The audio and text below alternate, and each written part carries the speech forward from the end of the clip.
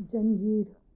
जब अचानक जंजीरों में बंधी अपनी दादी को नीतू ने देखा तो वह अपने कॉलेज से घर वापस ही आई थी।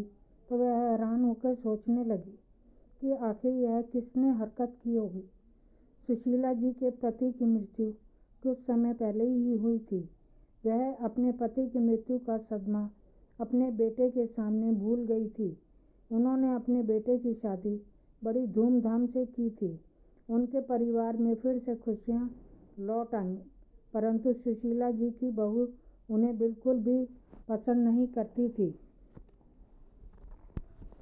हालांकि सुशीला जी ने अपने घर की सारी जिम्मेवारी नीतू को सौंप दी थी। समय के साथ नीतू के 2 बच्चे हुए, सोनू और मोनू। दोनों बच्चे अपनी दादी से बहुत प्यार करते थे। नीतू भी अपने पति पर जब तक वह घर में रहता तो नीतू सास को बड़े प्रेम से रखती थी, और उसका पति घर से बाहर होता तो नीतू अपनी सास के साथ बहुत बुरी तरीके से पेश आती थी। सोनू शहर में रहकर अपनी नौकरी करता और मोनू भी अब कॉलेज जाने लगी थी। एक दिन अचानक सुशीला जी के बेटे प्रदीप का एक्सीडेंट हुआ और वह उसकी वहीं पे मौत हो जाती है। तो उसके बाद जैसे नीतू को अपनी सास के ऊपर अपनी भड़ास निकालने का मौका मिल गया, वह अपनी सास को अकेला पाकर जब तब उसे परेशान करने लगी। मोनू अपने पिता की अंत्येष्टि करने के बाद अपनी नौकरी पर वापस लौट जाता है और माँ नीतू को अच्छी तरह से समझा कर जाता है कि दादी को कोई तकलीफ मत देना, क्योंकि दोनों बच्चे अपनी दादी से बहुत ज़्यादा प्यार करते थे। मोनू एक दिन अपने कॉलेज के दोस्त को अपने साथ घर लेकर लौटी तो उसकी दादी ने झट से उसके दोस्त अरुण को पकड़ा और प्रदीप कहकर उससे लिपट गई।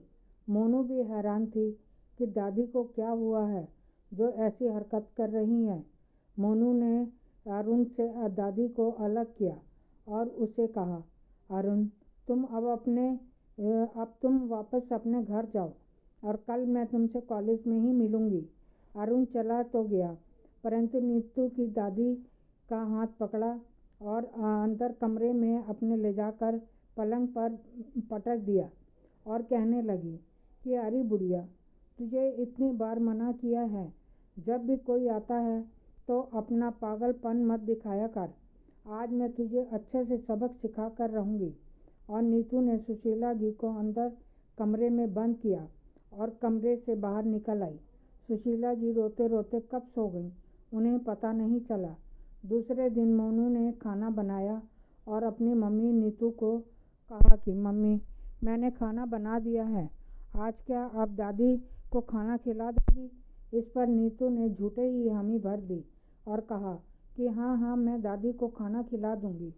थोड़ी ही देर में दादी बाहर आई और नीतू से अपना खाने के लिए मांगने लगी। तो नीतू ने कहा कि तुमने अभी अभी तो खाया था और खा के भी कैसे भूल जाती हो, दोबारा खाने के लिए फिर आ गई। तुम्हारा बेटा तो मर गया, परंतु तुम्हें मेरे लिए छोड़ गया है। हर रात में परेशान किए रहती हो, मर क्यों नहीं जाती? सुशीला जी ने कहा कि बहू, मैंने सुबह से कुछ नहीं खाया है। इस पर नीतू ने अपनी सास को धक्का देकर कहा, तुम्हें भूलने की बहुत बीमारी हो गई है, खाना खा कर भी भूल जाती हो। जैसे नीतू ने अपनी सास के ऊपर मारने के लिए हाथ उठाया, वैसे ही उनकी पड़ोसन वहां आ गई और कहने लगी कि अरे नीतू, क्यों मार रही हो बेचारी बुढ़िया सास को? और पड़ोसन ने सुशीला जी को बचाया और बोला कि आंटी, मैं तो आपकी पड़ोसन हूँ, प्रतीक्षा। इतने में नीतू बड़े प्यार से अपनी सास को अंदर ले जाकर कमरे में बंद कर आई और कहा कि आपकी दवाई का समय हो गया है। इतने में सोनू का फ़ोन आता है, दादी कैसी है? तो नीतू ने उसे बताया कि दादी बिल्कुल ठीक ठाक है। इस पर सोनू दादी से बात करवाने के लिए कहता है तो उसकी मम्मी कहती है कि दादी तो अभी सो रही है। जब सोकर उठेगी तो मैं तुमसे बात करवा दूंगी। सोनू अपनी माँ से दादी का हाल चाल ले लेता है तो नीतू उसे कोई बहाना बनाकर चुप करा देती है। दोनों बहन भाई अपनी दादी से बहुत प्यार करते थे। सोनू बाहर रहकर नौकरी करता और मोनू अपनी पढ़ाई में, घर के कामों में लगी रहती। नीतू ने वहीं के एक झोला छाप डॉक्टर से मिलकर सुशीला जी को उल्टी सीधी दवाइयाँ दिलाने लगी और उन्हें दिमागी हालत से लाचार करने में नीतू ने कोई कसर नहीं छोड़ी। अब तो नीतू जब भी अवसर देखती तो अपनी सास के ऊपर हाथ उठा दिया करती। कभी खाना नहीं देती तो कभी कमरे में बंद रखती, कभी आंगन में झाड़ू लगवाती, कभी बर्तन मंजवाती तो कभी कपड़े धुलवाती। मोनू को इस बात का बिल्कुल भी अंदाज़ा नहीं था कि उसकी माँ उसकी दादी के साथ कैसा व्यवहार कर रही है।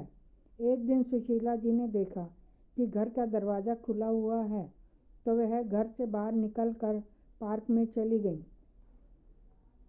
इतने में नीतू ने देखा कि सुशीला जी तो घर में नहीं है। वह इन्हें ढूंढती हुई पार्क में पहुंची और सुशीला जी को घसीटते हुए ले आई और कमरे में बंद कर दिया। इतने में मोनू भी घर आ गई और उसने देखा कि सुशीला जी बहुत ज़ोर ज़ोर से चिल्ला रही हैं, मुझे छोड़ दो, मैं अब घर से बाहर कभी नहीं जाऊंगी।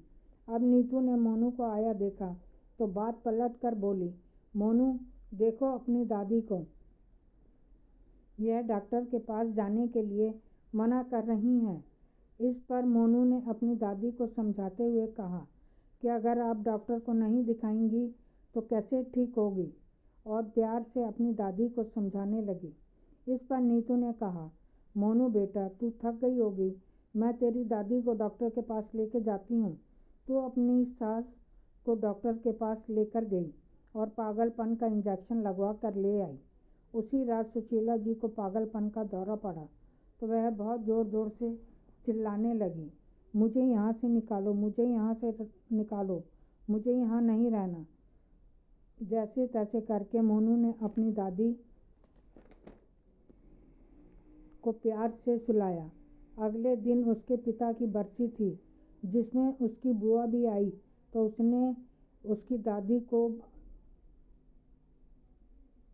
उसकी दादी ने अपनी बेटी को पहचानने से इनकार कर दिया। जब उसकी बुआ ने अपनी माँ को इस बुरी हालत में देखा तो वह भी परेशान हो उठी। नीतू अपने पति के फोटो के सामने खीर रखकर कहने लगी कि तुम तो अपनी पागल माँ को मेरे हवाले करके चले गए हो और उसकी सेवा करने के लिए मुझे छोड़ गए हो। अब देखो मैं तुम्हारी माँ की कैसी सेवा करती हूँ। और वह सुशीला जी को दोबारा से डॉक्टर के पास ले गई कि दोबारा इंजेक्शन का असर ज़्यादा तेज होगा और आने वाले मेहमान भी बुढ़िया को देखकर सचमुच में पागल समझेंगे। नीतू ने रात को देखकर बुढ़िया को एक अंधेरी कोठरी में बंद कर दिया। दूसरे दिन नीतू को कोठरी का दरवाज़ा खोला तो कोठरी में एकदम अंधेरा गुप्त था। इस पर सुशीला जी ने पूछा कि तुम कौन हो? तो नीतू ने कहा, मैं यमराज हूँ। और तू बुढ़िया, तू इस समय तू नरक में है। मैं नहीं, अभी तक तू मरी नहीं, जिंदा है। यह कहकर वह नीतू को धक्का देकर बाहर की ओर भागी और मोटरसाइकिल से टकरा गई।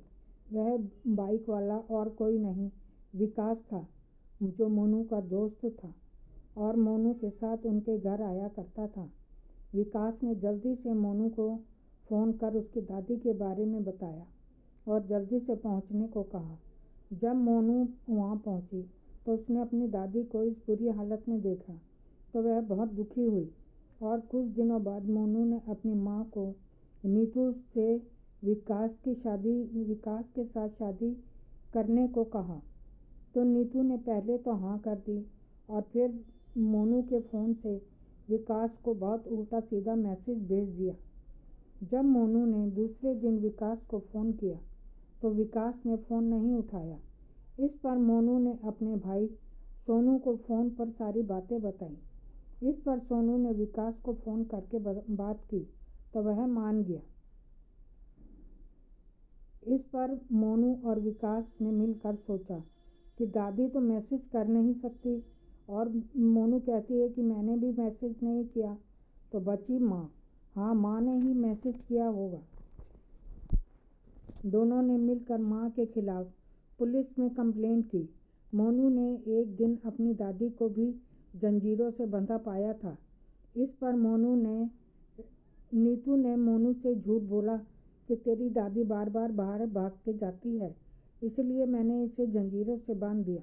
जब वह दादी को भी डॉक्टर के पास लेकर जाने की बात करती तो दादी जोर जोर से चिल्लाती और डॉक्टर के पास ना जाने की बात कहती। जब पुलिस ने सारी बातें सुनी तो नीतू को पकड़कर थाने ले गई। मोनू को यह सब बात करते हुए अच्छा तो नहीं लग रहा था, परंतु इस बर्ताव करने वाले को सज़ा तो मिलनी बहुत ज़रूरी थी। मोनू ने अपने घर में कैमरे लगवाए और फ़ोन को ट्रैक पर डाल दिया।